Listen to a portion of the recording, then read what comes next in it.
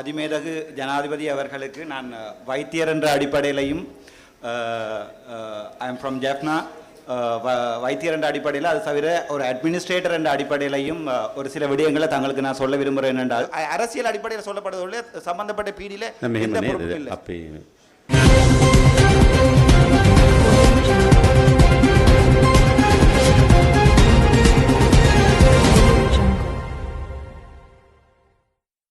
அடுத்ததாக மாவட்டத்தினுடைய சுகாதார செயற்பாடுகள் சுகாதார தேவைப்பாடுகள் தொடர்பாக எங்களுடைய போதனா வைத்தியசாலையினுடைய பணிப்பாளர் அவர்களை கருத்துரை வழங்குமாறு கேட்டுக்கொள்கின்றேன்.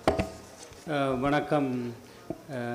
மேன்மதங்கிய ஜனாதிபதி மற்றும் கௌரவ அமைச்சர், கௌரவ பாராளுமன்ற உறுப்பினர்கள், ஏனைய உயர்நிலை உத்தியோகத்தர்களுக்கு யாழ்ப்பாணம் போதனா வைத்தியசாலை வடக்கிலே இருக்கின்ற ஒரே ஒரு டீச்சிங் ஹாஸ்பிட்டல். அந்த வைத்தியசாலையினுடைய ஆளணி ஏனைய வைத்தியசாலைகள் இலங்கையில் இருக்கின்ற வைத்தியசாலைகளோடு ஒப்பிடுகையில் கணிசமான அளவு குறைவாக காணப்படுகின்றது.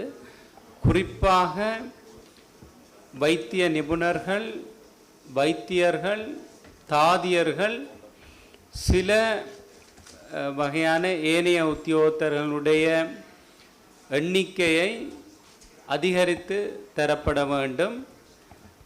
இலங்கையிலே காணப்படுகின்ற ஏனைய பிரதான வைத்தியசாலைகளுக்கு ஒப்பாக இங்கே இருக்கின்ற சனத்தொகைக்கும் அங்கே இருக்கின்ற சனத்தொகையும் ஒப்பீட்டளவில் இந்த வைத்தியசாலையினுடைய ஆளணியை அதிகரித்து தருமாறு தயவுடன் கேட்டுக்கொள்கின்றேன்.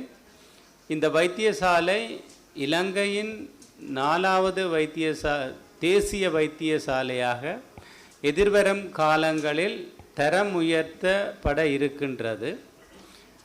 இதற்கு அப்பால் இலங்கையின் வடக்கு பகுதி ஜோக்ரபிக்கல்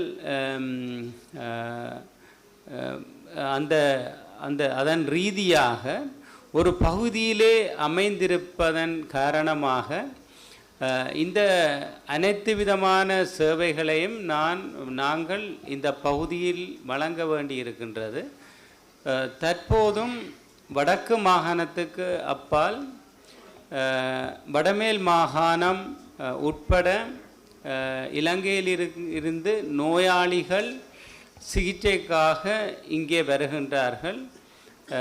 குறிப்பாக எமது இருதய சிகிச்சை பிரிவு, இருதய சத்திர சிகிச்சை பிரிவு மற்றும் பல்வேறு கிளினிக் வசதிகளுக்காக நாட்டின் ஏனைய பாகங்களிலிருந்தும் இந்த நோயாளிகள் இங்கே வருகின்ற போது அவர்களுக்கான சிகிச்சைகள் ஒழுங்குபடுத்தப்பட்டிருக்கின்றது.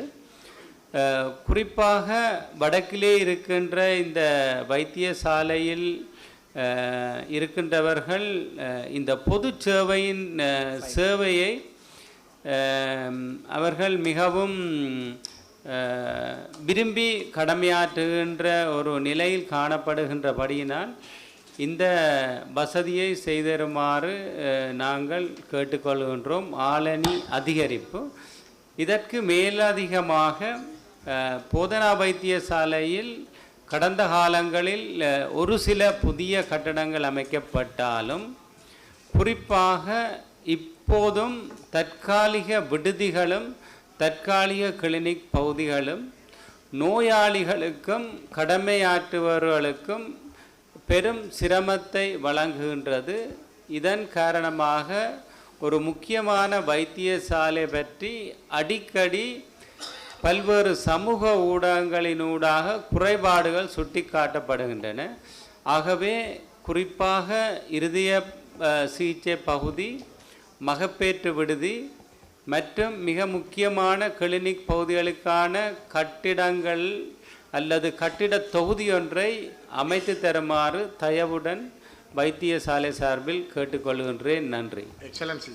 அதில் முக்கியமாக யாழ்ப்பாணம், கிளிநொச்சி, மன்னார், முல்லைத்தீவை மையப்படுத்தி ஒரு பல்முக சீராக்கல் பிரிவின் விசேட வைத்திய நிபுணராக இருந்த முகுந்தன் காயத்ரி என்றவர் காரணம் இல்லாமல் சரி மாற்றப்பட்டிருக்கிறார். சரி, அதுக்கு பதிலாக ஒரு ஆளை நியமிக்க கிட்டத்தட்ட 8000 பேஷண்ட்ஸ் அவர் கீழே இருந்திருக்கிறார்கள். அவர் யாழ்ப்பாண வைத்தியசாலையை அடிப்படையாக கொண்டிருந்தாலும் அவர் மன்னார், முல்லைத்தீவு, கிளிநொச்சியில் ஒரு நாள் சேவையை வழங்கியிருக்கிறார். மாணவர்கள், குறிப்பாக பாடசாலை மாணவர்கள், அவருடைய பல்முக சீராக்கத்துக்கான ஒரே ஒரு வைத்தியர் அவர் தென்பகுதிக்கு மாற்றப்பட்டிருக்கு. அதுக்கான பதிலால் நியமிக்கப்படலை நான் நினைக்கிறேன். அமைச்சர் சந்திரசேகரன் அவர் கௌரவ කොහටද මාරු කරලා තියෙන්නේ? මාරු කරලා තියෙන්නේ කොහොමද? மகியங்கன ஹாஸ்பிட்டல் மகியங்கனைக்கு மாற்றப்பட்டிருக்கிறார். இதே போல் இப்போ சாவகச்சேரி ஹாஸ்பிட்டல் உங்களுக்கு தெரியும், நீண்ட நாளாக பேசுபொருளாக இருக்கிற வைத்தியசாலை.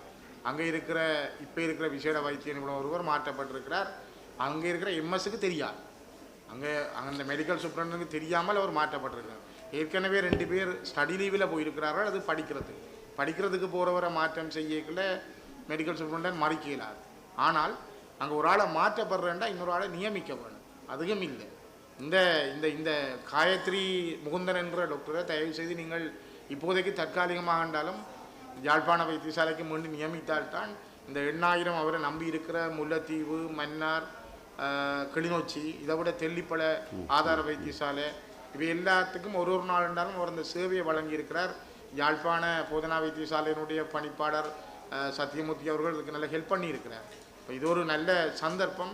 தயவு செய்து அவரை இப்போதைக்கு இந்த ட்ரான்ஸ்ஃபரை கேன்சல் பண்ணி அவரை நியமனம் செய்துட்டு பிறகு நீங்கள் ஒரு மாற்றீடு செய்தால், அதே போல் இந்த சாவச்சேரி வைத்தியசாலை என்ற குறைபாடுகளையும் உடனே கை வைக்காமல், ஏதாவது உங்களுக்கு தெரியும் அடிக்கடி ஃபேஸ்புக்கில் அல்லது யூடியூப்பில் அடி வாங்குறது வைத்தியசாலைகளாக இருக்குது. வைத்தியர்கள் கனபேர் இதால் மனமுடைஞ்சு விட்டுட்டு போக பார்க்குறாங்க.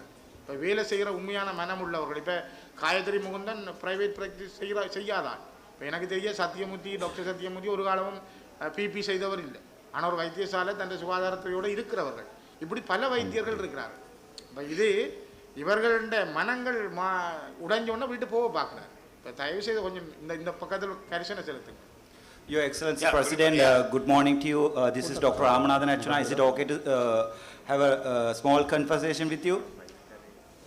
அதிமேதகு ஜனாதிபதி அவர்களுக்கு நான் வைத்தியர் என்ற அடிப்படையிலையும் ஐ எம் ஃப்ரம் ஜெஃப்னா வைத்தியர் என்ற அடிப்படையில், அது தவிர ஒரு அட்மினிஸ்ட்ரேட்டர் என்ற அடிப்படையிலையும் ஒரு சில விடயங்களை தங்களுக்கு நான் சொல்ல விரும்புகிறேன். என்னென்றால், எங்களுடைய வடக்கு மாகாணத்துக்கு ப்ரொவின்சியல் டைரக்டர் ஹெல்த் சர்வீஸஸாக இருக்கிறவர் மதிப்புக்குரிய சமன் பத்ரன் அவர்கள். அவரோட சிங்கள மொழி பேசுகின்ற வைத்தியராக இருந்தும் அவருடைய நீண்டகால தூரநோக்கான சேவை பாராட்டப்படக்கூடிய ஒன்று. என்னென்றால், எங்களுடைய வடக்கு மாகாணத்தை பொறுத்த வரைக்கும் கடந்த அரசாங்கத்தில், இதை நான் சொல்கிறதால கனவேருக்கு மன உளைச்சல்களும் மனநோய்களும் ஏற்படலாம். கடந்த அரசாங்கத்தில் போர்ட் சர்டிஃபிகேஷன் இல்லாமல், சாதாரணமாக மதிப்புக்குரிய ஜனாதிபதி அவர்களே, ஒரு வைத்தியசாலை ஒன்றுக்கு டிரெக்டர் ஒருவர் தெரிவு செய்யப்படும் போது அவர் கட்டாயம் போர்ட் சர்டிஃபைட் கன்சல்டன்ட் என்ற ஒரு அடிப்படையில் தான் தெரிவு செய்யப்பட வேண்டும். ஆனால் 2015ஆம் ஆண்டு இருந்த அந்த காலத்து அரசாங்கம் கேபினட் அப்ரூவல் ஒன்றை எடுத்துக்கொண்டு சம்பந்தப்பட்ட வைத்தியர் ஒருவருக்கு, யாழ்ப்பாணம் போதனா வைத்தியசாலை ஒருவருக்கு போர்ட் சர்டிஃபிகேஷன் இல்லாமல் போஸ்ட் ஒன்றை கொடுத்துருக்கார்கள். நான் ஒரு வைத்தியசாலையின் அட்மினிஸ்ட்ரேட்டர் அடிப்படையில் எனக்கு இது சம்பந்தமாக சுகாதார அமைச்சுக்கு எழுத்து மூலம் தெரிவிச்சிருக்கிறேன். அப்போது அவர்கள் எனக்கு சொல்லியிருக்கிறார்கள், அவருடைய போர்ட் சர்டிஃபிகேஷன் சம்பந்தமான தரவுகளை எடுத்து தருவதாக.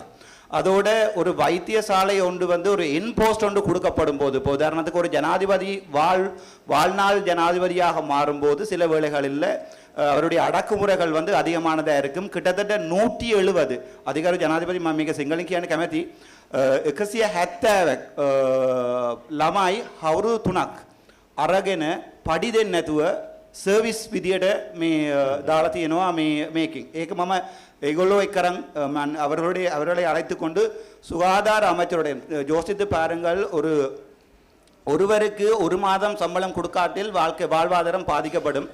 170 பணியாளர்களை 3 வருடங்களுக்கு சம்பளம் கொடுக்காமல் இந்த அடிப்படையில் அரசாங்க நிறுவனம் ஒன்றில் சம்பந்தப்பட்ட வைத்திய அதிகாரி, அவர் இன்போஸ்ட் என்பதால் யாரும் அவரை எதுவுமே செய்ய முடியாது, பணியமர்த்தி இருக்கிறார். அதை கதைக்க போன போது சம்பந்தப்பட்ட அவ்வளவு 170 பணியாளர்களையும் வற்புறுத்தி கடிதம் வாங்கி இருக்கிறார். நான் தொடர்ந்தும் வேலை செய்வேன் இலவசமாக என்ற அடிப்படையில் வற்புறுத்தி கடிதம் வாங்கியிருக்கிறார். அது தவிர அதை கதைக்க போன பல அந்த தொழிலாளிகளை வந்து வைத்தியசாலையை விட்டு வெளியேற்றியிருக்கிறார்.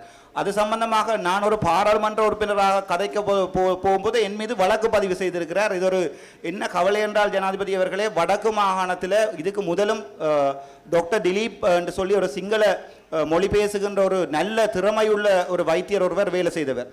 அவரையும் நாங்கள் இனம் மொழி வேறுபாடு காட்டி யாழ்ப்பாணத்திலிருந்து திட்டமிட்ட ரீதியில் சம்பந்தப்பட்ட வைத்திய அதிகாரிகள் வந்து வெளியேற்றி இருந்தவர்கள். அவர் சிங்களவர் என்றதால் நான் கூட பேராதனை வைத்தியசாலையிலே எம்ஓ பிளானிங்காக வேலை செய்திருக்கிறேன். கிட்டத்தட்ட 3 வருடங்கள். என்ன இந்த அட்மினிஸ்ட்ரேஷனை கொண்டு வந்தது கூட ஒரு சிங்கள வைத்தியர் டாக்டர் அர்ஜுன திலகரட்ன. ஆனால் இப்போது இருக்கிற இந்த நிலைமையிலே சிங்கள வைத்தியர்களை வெளியேற்றுவதும் அது தவிர ஒரு இனப்பாகுபாடான இதொன்று எங்களுடைய வைத்தியசாலைகளில் நடந்து கொண்டிருக்கிறது. சாதாரணமாக வடக்கு கிழக்கிலே வைத்தியர்கள், இதில் இன்னொரு வைத்தியர் இருக்கிறார், அவருக்கும் தெரியும், வடக்கு கிழக்கிலே வைத்தியர்கள் வந்து நியமிக்கப்படும் போது அவர்களுடைய ரேங்க் அடிப்படையில் நியமிக்கப்படும் சிங்கள மொழி பேசும் வைத்தியர்கள் தான் வருவார்கள். சாவச்சேரி ஆதார வைத்தியசாலை பேசுபொழியாக இருக்கிறன்னு சொல்லி எங்களுடைய மதிப்புக்குரிய பாராளுமன்ற உறுப்பினர் ஸ்ரீதரன் அவர்கள் ஐயா சொல்லியிருக்கிறார். என்னென்றால் அந்த வைத்தியசாலையினுடைய டிரெக்டராக இருந்து தான் நான் இப்போது பாராளுமன்ற உறுப்பினர் பதவிக்கு வந்திருக்கிறேன். அந்த வைத்தியசாலை ஐயா டைப் பி தரத்துக்குரிய வைத்தியசாலை. அந்த வைத்தியசாலையிலே 2014ஆம் ஆண்டு ஒரு கட்டிடம் கட்டப்பட்டு 2024ஆம் ஆண்டு நான் என்னுடைய தொழிலை இழந்துதான் அந்த கட்டிடம் இயங்கிக் கொண்டிருக்கிறது. அது தவிரவும் வடக்கு கிழக்கு மாகாணத்திலே வைத்தியசாலைகளை எடுத்து பார்த்தீர்கள், ஒன்று லைன் மினிஸ்ட்ரி வைத்தியசாலைகளாக இருக்கும், இரண்டாவது ப்ரொவின்சியல் கவுன்சில் வைத்தியசாலைகளாக இருக்கும். லைன் மினிஸ்ட்ரி வைத்தியசாலைகளுக்கு நாங்கள் வளங்களை கொண்டு கொட்டுவதால் சென்ட்ரலைசேஷன் எனப்படுகின்ற பிரச்சனை உருவாகும். அதாவது வந்து ஒரு வைத்தியசாலையிலே நோயாளர்கள் தொடர்ந்தும் லைனில் நிற்க வேண்டிய நிலைமையோடு வரும். நாங்கள் சின்ன பெரிஃபரியில் இருக்கிற சின்ன வைத்தியசாலைகளை தரமுயர்த்துவதோடு அதிலே சம்பந்தப்பட்ட வைத்தியர் வந்து ஒரு சிங்கள மொழி பேசுவதாக இருந்தாலும் அவர் 24 மணித்தியாலமும் 31 நாட்களும் யாழ்ப்பாணத்தில் இருந்து தான் தொழில் புரிகிறார். இப்போது அவரை வெளியேற்றுவதற்கான நடவடிக்கையை GMOA செய்து கொண்டிருக்கிறது. நான் இப்போது பார்த்திருக்கிறேன், எங்களுடைய சமன்பத்திரன் அவர்களுக்கு எதிராக ஆதார வைத்தியசாலை சாவச்சேரி மட்டுமல்ல வேலணை வைத்தியசாலையிலுமே அவருக்கு எதிராக நடவடிக்கை எடுத்து கொண்டிருக்கிறது. ஆதார வைத்தியசாலைக்கு இன்று பிரதியீடு செய்யப்பட்ட வைத்தியரை நான் நினைக்கிறேன் சமன்பத்திரன் அவர்கள் சொல்லுவார்கள், மன்னார் அல்லது கிளிநொச்சியிலிருந்து தற்போது ஸ்ரீதரன் ஐயா சொல்றார் என்னென்றால் சில நேரங்களில் நாங்கள் மருத்துவங்கள் சம்பந்தமாக கதைக்கும் போது அதன் அடிப்படை அறிவுகளை யாரையாவது கேட்டுக்கொண்டு வரணும். கன்சல்டன் என்றது என்னென்றால் அது வந்து ஒரு MBBS முடிச்சு போட்டு இன்னொரு 5 இயர்ஸ் படித்தா தான் ஒரு கன்சல்டன் ஜனாதிபதி. ஆனால் சாதாரண ஒரு வைத்தியரை தான் பிரதியீடு செய்திருக்கிறார்கள். அதை அவர் எங்களுடைய சிங்கள PD பிரதியீடு செய்திருக்கார் என்பதற்காகத்தான் ஒரு அரசியல் அடிப்படையில் சொல்லப்படுவதில்லை. சம்பந்தப்பட்ட PDயில் එකන දැන් අපි කවර රෝහලක හරි යම් කාර්යයක් කරමින් හිටපු වගකීමක් තිබුණු වෛද්‍යවරයෙක් මාරු කරනවා නම් අපි ඒකට විකල්ප වෛද්‍යවරයෙක් ලබා දෙන්න ඕන. ඒකනේ. අපි ඒ ප්‍රතිපත්තියට යමු. එතුමා යම් ඔපරේෂන් කරමින් හිටියා නම් මැදිහත් වෙමින් තිබුණා නම් එතුමා ඉවත් කරනවා නම් ඊට විකල්ප වෛද්‍යවරයෙක් ලබා දෙන්න ඕන. දැන් මෙතන වෙලා තියෙන්නේ වෛද්‍යවරු දෙන්නෙක් ඉවත් කරලා තියෙනවා. නමුත් ඊට අවශ්‍ය වෙන වෛද්‍යවරු ලබා දීලා නැහැ. අපි බලන්න ඕන තියෙනවා ගරු ජනාධිපති සමාවෙන්න ඒක ට්‍රාන්ස්ෆර් කරලා තියෙනවා. ඒ ට්‍රාන්ස්ෆර් එක තාම ක්‍රියාත්මක කරලා නැහැ. හරි ඒකනේ අපි ඒක කරමු. ඒතකොට තියෙන්නේ මේ දෙන්න අපි ඉවත් කර ඒ දෙන්න ට්‍රාන්ස්ෆර් කරනවා නම් ඊට දෙන්නෙත් දෙන්න ඕන. ඒතකොට දෙන්නෙත් දෙන්න තාම අපහසු නම් අර දෙන්නම කෙටි කාලයකට තියන්න කියලා ඉල්ලීම තියෙන්නේ. අපි ඒක බලමු ගිහිල්ලා. අපි බලමු. நான் சாவச்சேரி வைத்தியசாலைக்கு விஜய் பார்த்த பொழுது அங்கே நடந்த சேவைகளில் இருந்த ஒரு வைத்தியரை வெவ்வேறு முறையற்ற விதத்தில் இடமாற்றம் செய்திருக்கணும். ஸோ அவருக்குரிய ரீப்ளேஸ்மெண்ட்டோட உடனடியாக கொடுக்கணும். இல்லாட்டி அந்த ஹாஸ்பிட்டல் ஃபங்க்ஷன் பண்ணுறது கொஞ்சம் කස්ටමයි. කරු ජනාධිපතිතුමා එයා අව රිලීස් කරලා තියන්නේ මිනිස්ට්‍රි ඕඩර් එකකින් තමයි රිලීස් කරලා තියන්නේ. එයාට රීප්ලේස්මන්ට් එකක් වෙන දැනකින් අපේ PD පත් කරලා තියෙනවා රීප්ලේස්මන්ට් එක. ඒ රීප්ලේස්මන්ට් එක තාම තව RD කෙනෙක් රීප්ලේස් කරලා නැහැ. චුට්ටක් කියන්න මේ ප්ලීස්. රීප්ලේස්මන්ට් ඉද පනිෂ්මන්ට් ට්‍රාන්ස්ෆර් කෙනෙක් කරනවා. සුබ උදෑසනක් කතුකර ජනාධිපතිතුමනි. චාවකච්චේරිය රෝහල ගැන කියනවා නම් මම දන්නේ පහුගිය මාස 9 ඇතුළත විශාල සංවර්ධනයක් මේ රෝහල තුල සිද්ධ වෙලා තියෙනවා. ඒතර මේ වන විට සියලුම විශේෂඥ සේවා නිලධාරීන් මූලික වශයෙන් ඉන්නවා. විශේෂඥ වෛද්‍ය නිලධාරීන් 4 දෙනෙක් ඉන්නවා. ඒ වාට්ටු අංග සම්පූර්ණයෙන්ම ක්‍රියාත්මක වෙනවා. ඊට අමතරව වෛද්‍ය නිලධාරීන්ගේ හිඟයක් නැහැ.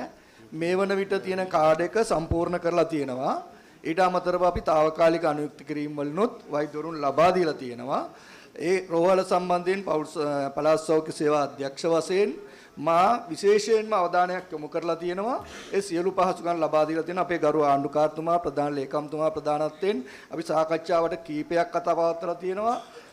නමුත් සමාජීය මේ කමියුනිටි ප්‍රජාව අපි සමග ඉන්නවා. ඒගොල්ලෝ රෝහලේ සේවාවම සමග ඉතාමත්ම පැහැදීමක් තියෙනවා මේ වන විට. කරු ජනාධිපතිතුමා එක වචනයක් අපේ ජෙෆ්නා ටීචින් හොස්පිටල් එකේ තියෙන ලොකු සර්වාවක් සමහර ඩිරෙක්ටර්ස්ලා නිසා ඒගොල්ලෝ බෝඩ් සර්ටිෆිකේෂන් එකක් නැතුව පත් කරපු කැබිනට් අප්‍රූවල් එකකින් පත් කරපු නිසා තව මේ කියන ක්වොලිෆිකේෂන් තියෙන සමහර ඔෆිසර්ස්ලාට යන්න බැරි වෙලා තියෙනවා. ඒක වැරදි. සාමාන්‍යයෙන් අපිට බෝඩ් සර්ටිෆිකේෂන් එකක් නැතුව කන්සල්ටන්ට් කියන්න බෑ. Acting consultant. එතකොට ඒක කැබිනට් අප්‍රූවල් එකකින් වැරදි විදියට පත් කරලා තියනවා නම් ඒක ගැන සොයා බලලා ඒ අදාළ වෛද්‍යවරයාව අයින් කරලා බෝඩ් සර්ටිෆිකේෂන් තියෙන කන්සල්ටන්ට් කෙනෙක් කරුණාකරලා දෙමළ සිංහල ભેදමන් නැතුව බෝඩ් සර්ටිෆිකේෂන් තියෙන එකනාව කරුණාකරලා පත් කරන්න කියලා ඉල්ලීමක් කරනවා.